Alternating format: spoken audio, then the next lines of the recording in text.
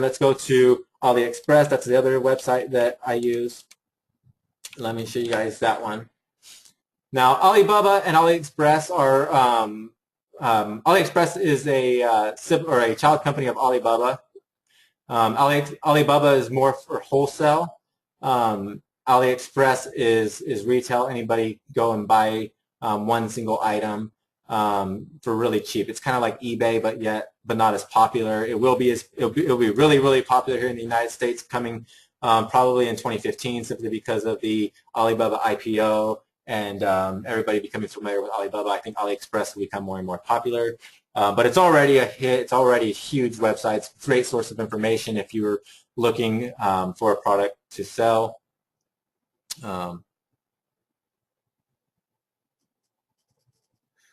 Tiffany asked, do I order the products before I start to market them? No, I do not, Tiffany. What I do is, I'm going to get to that in a little bit later, but I will tell you now what I do is I run a test ad. And so, like, for example, that vendor for that cat bed, let's pull it back up again. These vendors, they all want you to buy 1,000 sets or so beforehand. There's that one that has 500 sets. It's a little bit different type of cat bed, but it's similar. So you get 500 sets. What I would do to buy 500 sets of that, it's going to cost you $1,500, $2,000 to get them to you.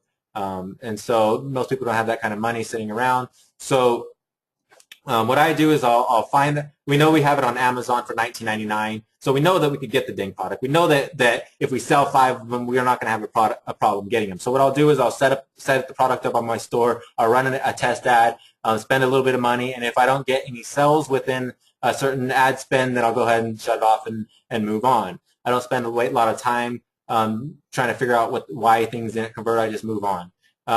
If I do get sales within that ad spend, I try to determine what type of conversions I get. I look at my audience size. If I have a huge audience and I'm getting good sales and then I will want to buy a lot. If I'm, so I try to just figure out from the sales from my test what I could do. If it's not worth, if I get 5 or 6 sales and I see it's not worth scaling, then what I'll do is I'll take those 5 or 6 sales and I'll go purchase it from Amazon or eBay or wherever I found it, and then have it drop shipped to the customer.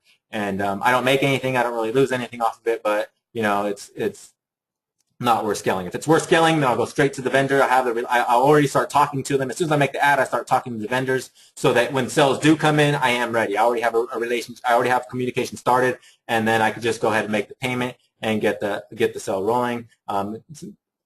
Shipping from China, everything on Alibaba is coming from China, Singapore, Thailand, different, mostly the Asian countries. So it's going to take, FedEx is the fastest shipping if you're going to do FedEx Express, and it takes 5 to 7 days. And then if you're going to do, from my experience, FedEx Express has always been the fastest. I've never had any problems with international shipping from with FedEx, but you're not going to want to use it that often because it's most expensive. And so there's different types of shipping, but the quickest you're going to get it is 5 days. Then if you're going to send it over by boat, it's going to take you 6 weeks. And so all that has to go into your planning. That's stuff that, in the advanced training, I'll be able to give more information. You'll be able to ask specific questions on the spot as you're going through those situations. I'll be able to answer them for you.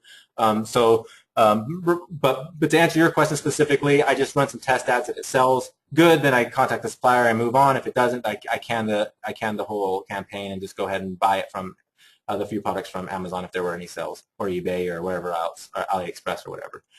So on AliExpress, what I do is I do the same thing as I do on Amazon. I'll start off looking at the categories and looking at subcategories and finding products. Or what I'll do is I'll look at what's hot right now. There's super deals. There's weekly best-selling. There's hot and new brand showcases. And so there's they're going to show you, these websites they're smart. They're not going to show you the worst-selling products on their website. They're going to show you the best-selling products on their website because they want you to buy what everybody else is buying. If other people are buying it, they know you will and more people will.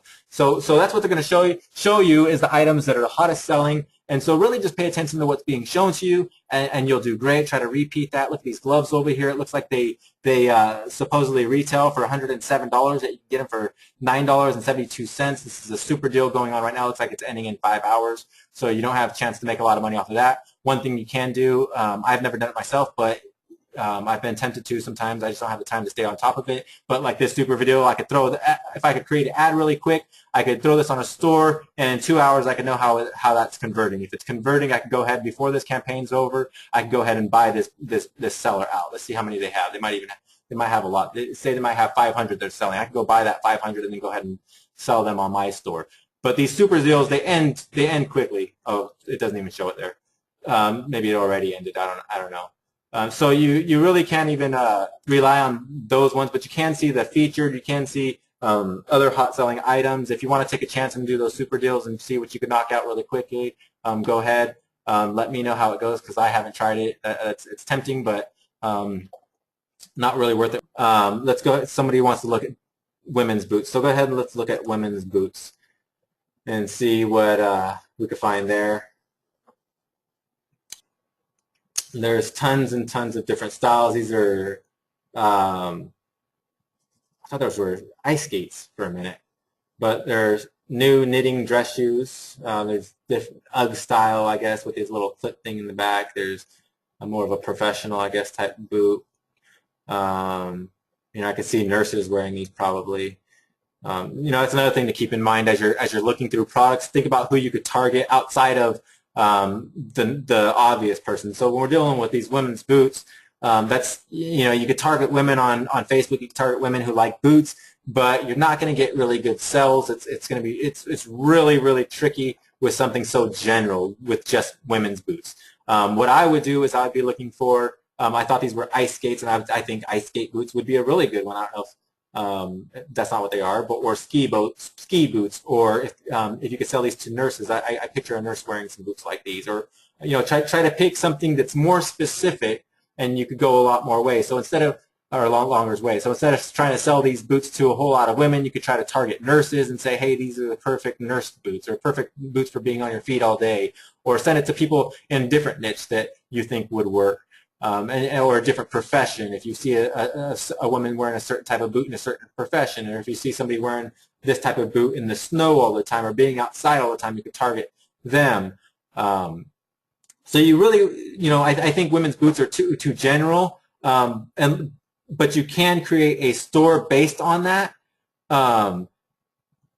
and then just target people to specific products based on a certain type of boot. So again, you could put a boot store and then target people with this boot. I could be way off. I don't know if this is a nurse type boot. I'm just picturing who I would see and how I would try something. I would have to do more research on this.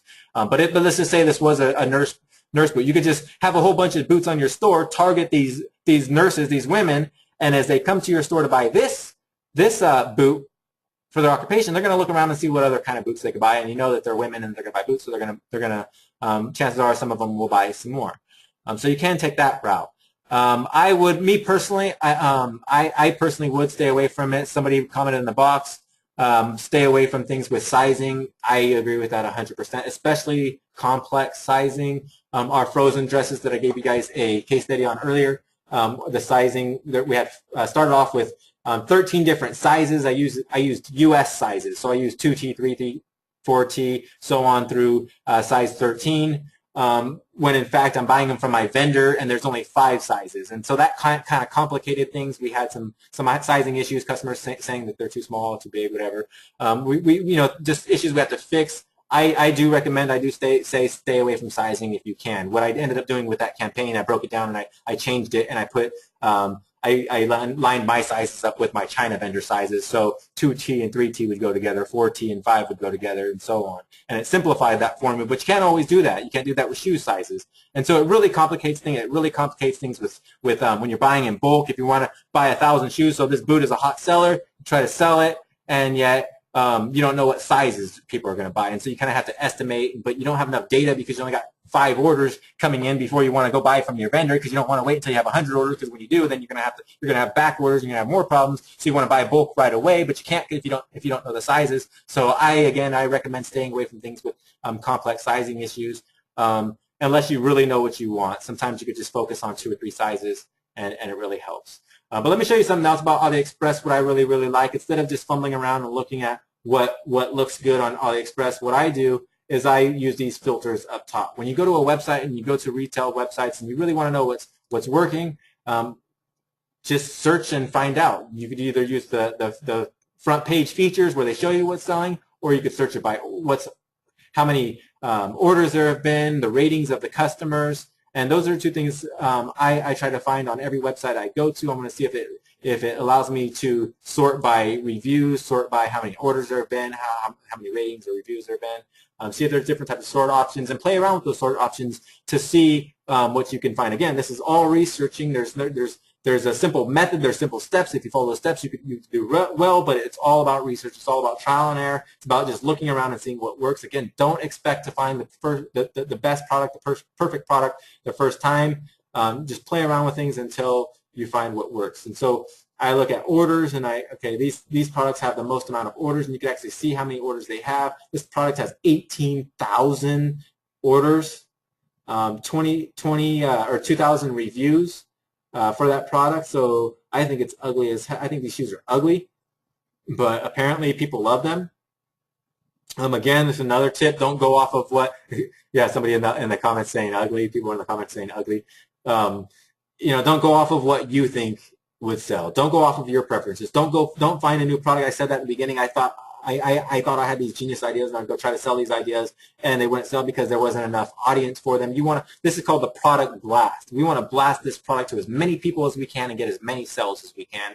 So don't worry about what you like. Find out what other people are buying. Find out what other people are buying. Use the evidence. Use the data from these websites that I'm showing, these tools that I'm showing you. If you get into the advanced training, I'll show you how to use these tools in advanced ways and with advanced tools to find better products. So just scroll down, see what sells, see if there's anything that stands out as unique. I think that these are ugly, but I actually could see women wearing these.